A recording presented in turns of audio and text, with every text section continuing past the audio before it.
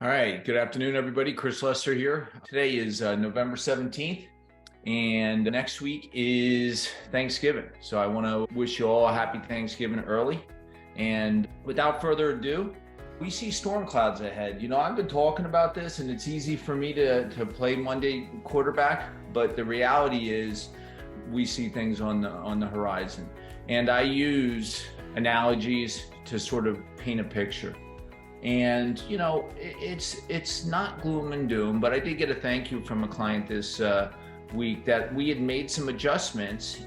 She had come to me, pointed out, hey, her 401k at J&J, I've been working with them for years, and some of the advice that I have given in the past now might seem a little counterintuitive, almost a complete opposite of what I've suggested in the past. I am not giving investment advice here, right? You have to be my client in order for me to give you investment advice. But I can give you thought processes to help you to start to think things through, so that maybe what you've been doing in the past, as we see things up in the future, what adjustments should we be thinking about? So you know that when we play Monday Day Quarterback, we have some indices that we track, right? And these are on the equity side. October, right, was actually pretty decent, right? All things considered, with all the volatility, it came back pretty handedly right before the election. Folks are optimistic. Now, the gold at the top, that's the Dow, right? So it tracks 30 large stocks. And then right below that is the S&P, which is, is the blue chips, which is the Russell 2000. And that's your small caps. Those are your smaller businesses. And then right directly under that is your S&P. So, you have a lot of US equities that did okay last. Now, as we get a little further down, some of the, developed countries in Europe, and ultimately you got some real estate. But then you can see that hot pink is what we call emerging markets. I like to term this, just lesser developed, but I always call it China, right? That is an area that, didn't do so well on a month-to-month basis. But when we zoom out, although this is positive news, you say, Chris, you see storm clouds. What do you see? Well, let's look at it. It's still a rough year. And if you recall, a couple of weeks ago, I showed a slide, which is we have not had in the past, it's not uncommon for the equity markets to fall, right? This does happen. And the equity markets do recover over time. How quickly? Is it going to make a V? Is it going to make a U? We don't know, right? But typically, strategies in the past have been that when the equities markets are falling, right, people would shift to bonds for safety. And now we're going to look after this slide here. How is the bond market faring? So this is what is presenting never before seen circumstances. We have not had both a significant decline in both the equities markets and the bond market. So this is why, a couple of weeks ago, I did a whispers of a recession. Now you see this slide looking back at last month. I'm continuing to issue caution, right? Not the day-to-day stuff, but as we take a step back and look and just start to apply a little bit of sense of, what does your gut instinct tell you? What does your observations tell you? And I'll get into some of my experiences. But again, the Dow of all of them did the least worst. Blue chips, the Russell, did the second least worst, and then the S&P third least worst. So, it's like, it's the lesser of where do you put your money? And again, if you put it there and you don't sell, you haven't experienced a loss. If you're in a 401k or a brokerage account and you don't need the money, over time, you'll see in the next chart, things recover. So let's look at that. We have on a downward slide. So how far will it go? And the answer is nobody knows. Is this till the end of the year? Is it all of 2023? Is it 2 more years until it really starts to make a turn? And, will it be like 2000, 2008? So you can see the difference in the shapes here, right? This is more of a U. This took a long time. This took almost 10 years to go from this peak to this peak. But then when the housing bubble burst happened, this was bad, right? But it started, if you didn't sell, you didn't panic, right? That things ended up coming back, and it has been a run since. I don't know where this is going to go, right? I don't have a crystal ball either, but we can take strategies that say, hey, listen, it's going to go up and it's going to go down. How do we capitalize, reduce our downside, but be able to take advantage of upside, right? So that's on the equity side. Now, when we look at the income side, right, it's actually better than it has been so far this year. And when you look at the gold one here, going to move that over, that's your high yield corporate. So remember, in the past, when I say high yield, substitute the word high yield, which means like, hey, listen, we're getting revenue from a bond structure, coupons, whatever it is, typically corporate bonds, they're lending at above average rates. So you're lending a corporation money, and they're giving you their personal guarantees that in the term of the bonds, we'll call it 30 years, that in 30 years you get your money back. During the time that you've lent on that money, they're getting rent. I call it rent, but it really is a coupon. So, that yield is what a lot of retirees start to look to. And you'll see, I just did my Social Security call last night. I did the last week was the sort of the teaser for that. And what we start to strive to help people to shift their thinking as they enter towards retirement is that retirement is not so much about how big your number is, but developing a strategy of income. How do we plan for structured income, laddered income, stable income while we're in retirement, once we turn off those working years? So when we're working, we can, we go, well, my 401k is not down that much. But remember, we're contributing every bi-weekly or, once a week or maybe once a month, depending on how it's structured, and you're putting it into it. So that's a good strategy. Continue to do so. But what are the allocations that you're in? What is the risk on a go forward basis? So these are all the things that we sort of try and take into consideration. And again, I'm not giving investment advice. I'm just saying that, hey, listen, October compared to the rest of the year, not too bad, right? But now, right, we're going to turn around. Let's look at it for the year. And now for the year, this is the point I wanted to make. And we've been talking about this, like I said, over the past decade, that bonds could not continue going the way that they were going, right? Bonds don't like rising interest rates. Interest rates had reached pretty much zero and now have had aggressive pressure put onto bond holdings because the Fed has to raise rates in an attempt to stem inflation. That's the mechanics behind it. That's the Reader's Digest version of what's going on. Well, what that means is everybody that had money in bonds or bond portfolios all just took it on the chin. And it will take a while for some of these bond portfolios to come in, right? To turn around and recover.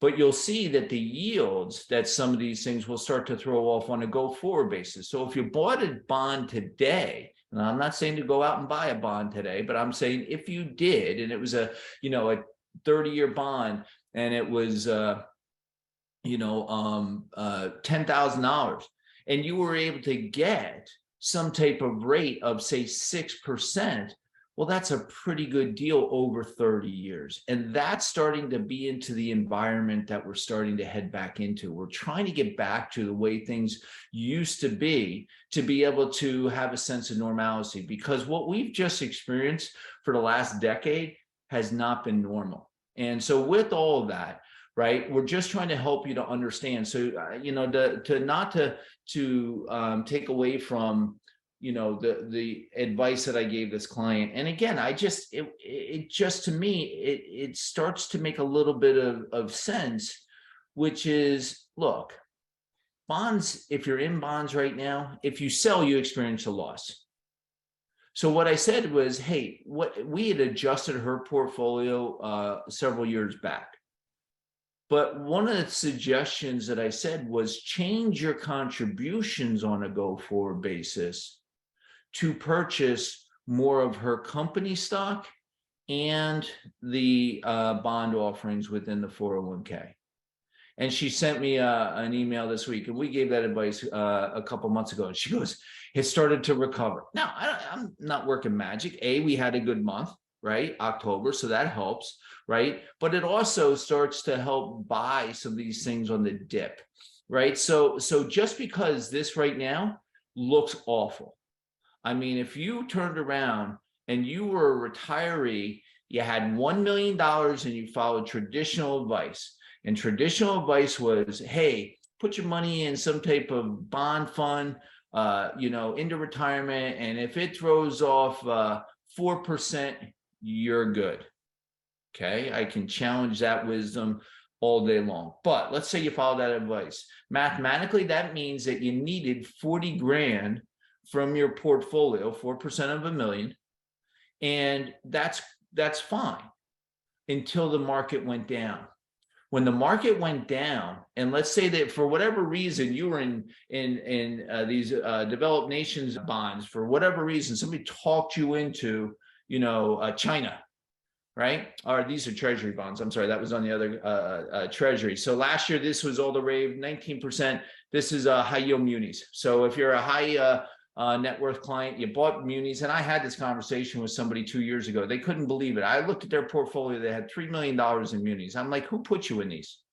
And they absolutely thought it was the greatest thing ever. And they didn't believe that taxes could go up. I'm not here to argue with you. I'm just telling you it looked odd to me, right? And I do this for a living. But anyway, down 20%. So your $1 million to throw off 4%, that's 40 grand. And you needed that 40 grand because we didn't want to tap into the capital. But now you turn around and now you only got 800,000, right? Because 20% of $1 million, 800,000. And what's 4% of that? It's less, right? So now what do you turn around and how do you pay your bills? And that's where I was talking about last night, making sure that whenever you develop your retirement plan, that we have an income plan based on what are your needs, what do you absolutely need right now. Once we have that ironed in, that has to be ironclad. We need to make sure that whatever your needs are, that could be mortgages, could be healthcare, could be food, clothing. Those are the absolutes, that we have enough money coming in to pay those so that the rest of the portfolio isn't stressed, or if it is stressed, we don't necessarily have to draw on it till it recovers. And that's called what I call a volatility buffer, right? Having the ability to be able to tap into those assets should something happen. But again, we are in unprecedented times. Things are changing all around us, right? I'm not going to get into politics, but I did mention it's not just the US. This is a global issue. We have a lot of challenges globally. You got Russia and that knucklehead over there threatening to throw off a dirty bomb. You got Xi rattling his saber and he wants Taiwan, right? So I don't know what's going to happen. I hope nothing. But if some of these people start to take a grab for power and we get drawn into some type of conflict, what are the markets going to do then? So we can't, A, panic. B, we have to invest somewhere.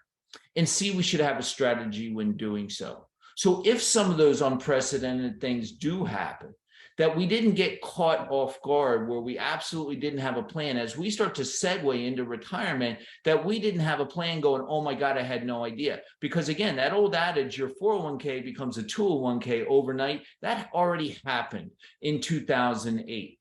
And what people started to realize, and it became obvious to me at that point, and we started to counsel on a go-forward basis from there, we can afford to take some of the volatility when we're working. We cannot afford that type of volatility when we get into retirement. So we need to have that diversification, some type of strategy. And then the last thing I'm going to say here, the other thing that I mentioned the other day that I'm starting to see and hear more often are layoffs. Companies are starting to lay people off. I hope it doesn't happen to you, but it could. And what's your plan if it does? What are we going to do? Are you being forced to retire earlier than we thought? How are all your ends going to meet? So these are the things that, dealing with professionals, people that can help you to talk about the tough subjects are important. So I spent a little bit of time there. And then lastly, the bull chart, right? Bull bear. We're definitely in a downward trend. And I don't see it stopping anytime soon. Right. This is, I used to say we're at the tail end. We're now definitely on the downward pressure of a secular bull bond market. Right. That means that as interest rates continue to rise, you're going to see values of these bond portfolios continue to decrease until new ones get purchased, new capital comes in, new rates are negotiated, and environments are start to stabilize.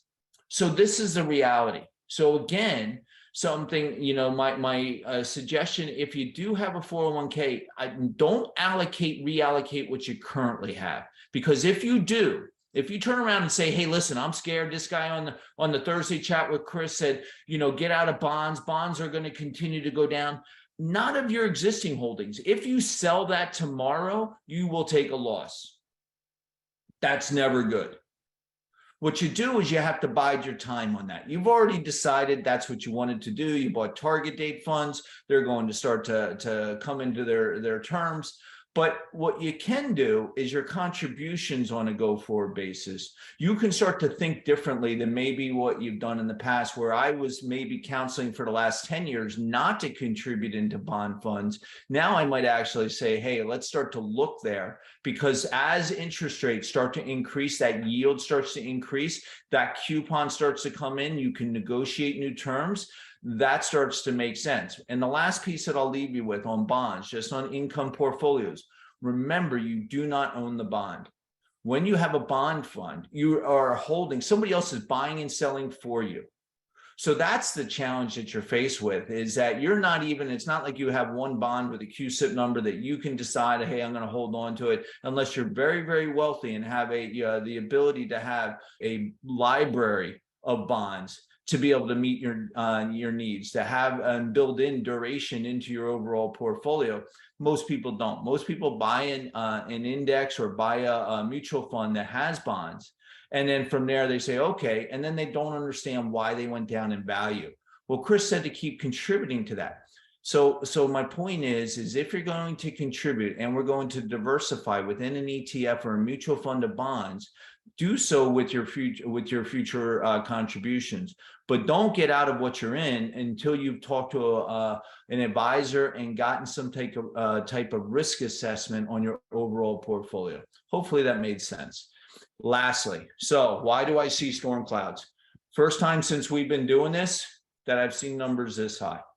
We now, for the month of October, which measures, this is the recession probability analytics tool. It's now not only crossed 50, then it dropped. It's now up as high as 67. The talking heads, the politicians, we can debate the definition of a recession. What things are more expensive. That is stemming from fuel, right? All things that need to be transported, all things that we need to eat, to grow, to get from point A to point B, inherently are going to have some degree or need of petroleum. And if gas prices and fuel costs continue to spiral, right, to stay high, everything else is going to become more expensive. That coupled with what the Fed's trying to do with rising interest rates to slow down inflation. So, they're trying to do it with monetary policy, and it may take a while. So this is why I'm saying, build up your reserves of cash.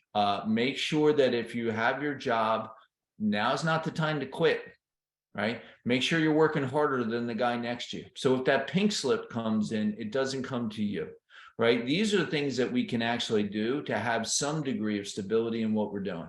So that's my 2 cents. We'll be back next month to see how November turned out.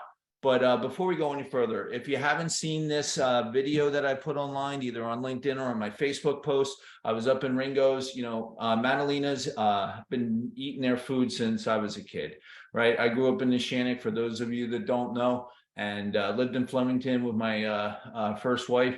And Madalina's, just was a household name. Loved their cheesecakes.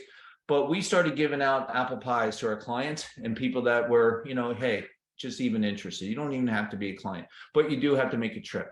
They won't ship. I got one elderly client up in Emerson, which is up in like past Paramus, and he's like, and I wish I could get it to him, but it just would be a hot mess. Even frozen, I don't feel comfortable. So take time out of your day tomorrow. Tomorrow, it's a nice drive up to Flemington. Janet, that's the owner there. Nino was in the back. They let me in the back. I took my video, making some fresh apple pie. I can't think of a better way for my family to say thank you to your family than taking us up on our offer. But you do have to click on that link. Please let us know that you are going, because we have to pay for that, and I want to make sure that Janet gets the correct head count. There's our disclosures. Anything that I've told you here today, again, it's my opinion. I'm trying to help. I've been doing this a long time, over 30 years, right? It's scary times. We're in unprecedented times, never before happened times. But you know what? That does not mean panic. The sky is not falling, right? But we also have to have plans. I'm a planner. That word is in my name for a reason. We have to have ideas, strategies that help us to get through these unprecedented times. If you have any questions, please reach out to me. There's my email. There's my phone number. I saw you, something just came into chat. Happy Thanksgiving. And if you need me, you know where to find me. Bye-bye.